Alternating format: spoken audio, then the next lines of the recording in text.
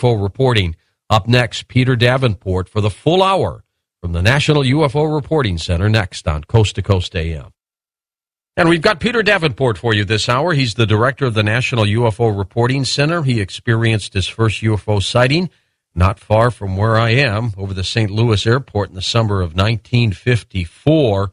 Peter's with us to take your calls later on the program as well. Peter, how are you?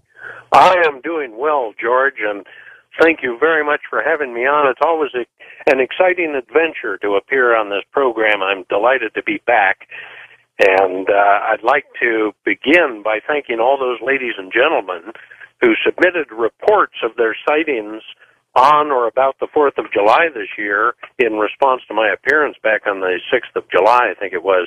We got a slew of reports from coast-to-coast listeners. What do you think folks were seeing? Because I got all kinds of emails as well, Peter. You were on with us a couple days after Independence Day. Yep. What do you think was up there in the sky?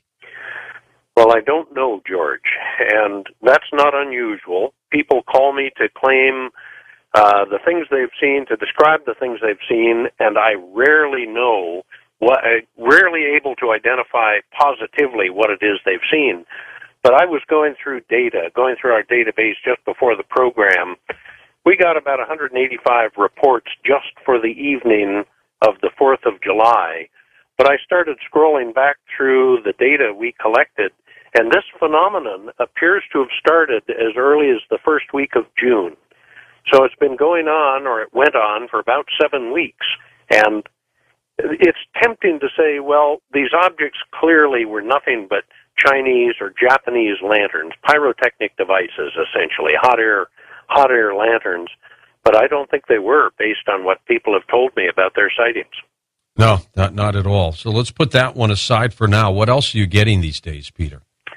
We're getting all sorts of interesting reports, George. And the one thing that has occurred to me this month, UFO investigators have been saying for decades, almost ever since the beginning of this phenomenon back in June of 1947, when we first awakened to what was going on, that some kind of full disclosure or some kind of landing is going to take place imminently. It hasn't happened in those 47 or more, 62 years, I guess now. But based on the volume and the nature of the reports that I've been getting, that question has been surging back and forth in my mind. These are really interesting reports that I've been getting over the last 7 months, or roughly 7 weeks, I should say, and the sightings are dramatic.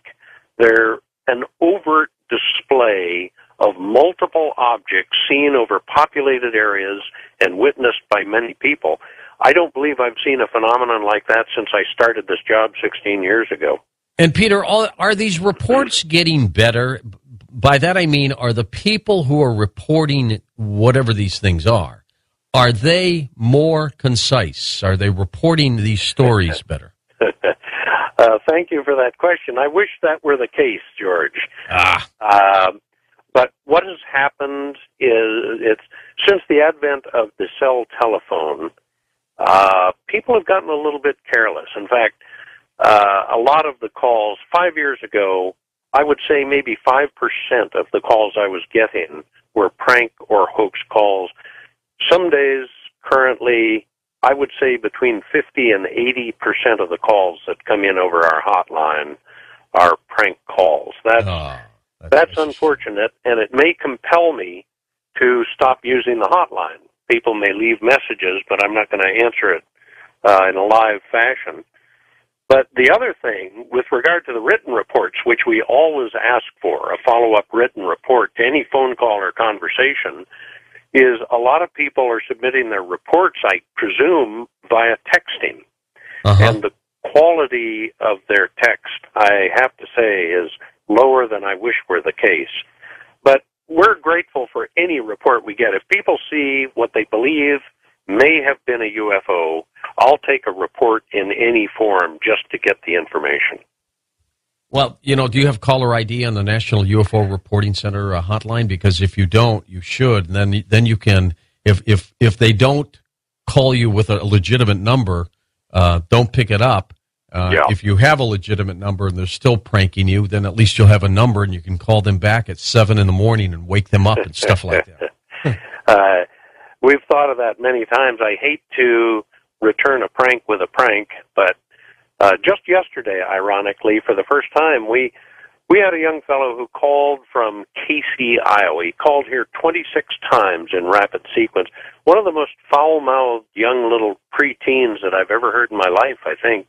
He may be the same idiot who emails us 70 times a day, by the way. Yeah. But we're closing in on his IP address, Peter. Good. Well, it's unsettling to me to see how many people we have in our society who don't seem to engage in their affairs in a serious-minded fashion and whose principal form of entertainment seems to be to pester or annoy other people who are trying their level best to do productive work. And well, they think we got to stop that. Absolutely. Understand you're thinking of betting the folks at SETI. What's that all about? Well, I'm pleased to talk about that, George.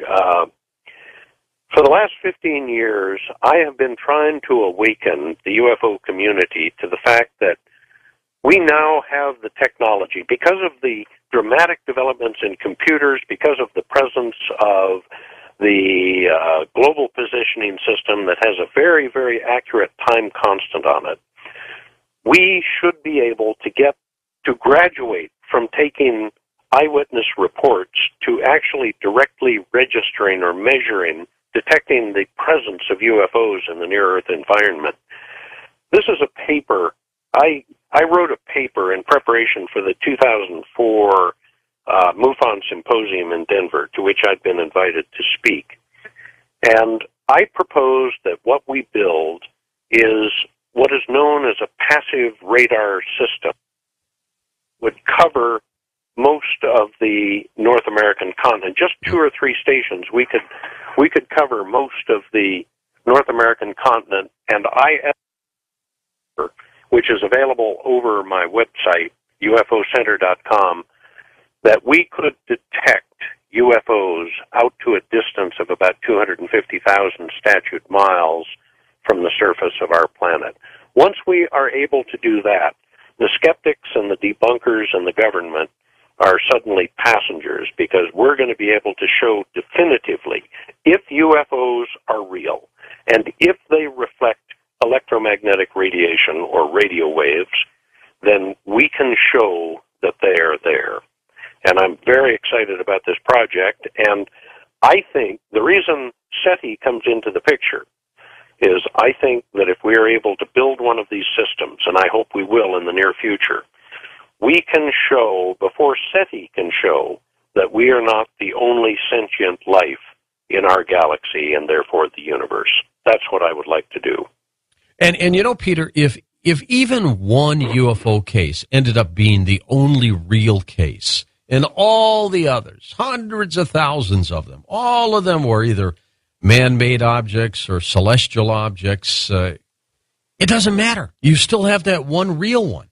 That's right.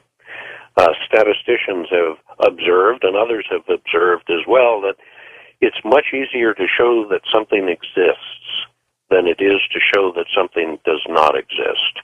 And I agree with you entirely, George. If we can show just one UFO sighting, one UFO detection with a passive radar system, then I think we will have rounded the corner in ufology, and that's what we have to do. We've got to get away from eyewitness accounts.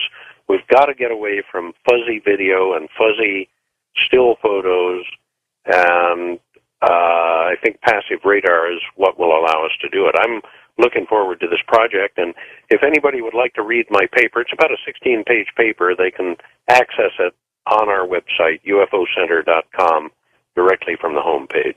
Super. You passed on some information to the director of the Illinois Mutual UFO Network about a mutilated car case. What the heck was that?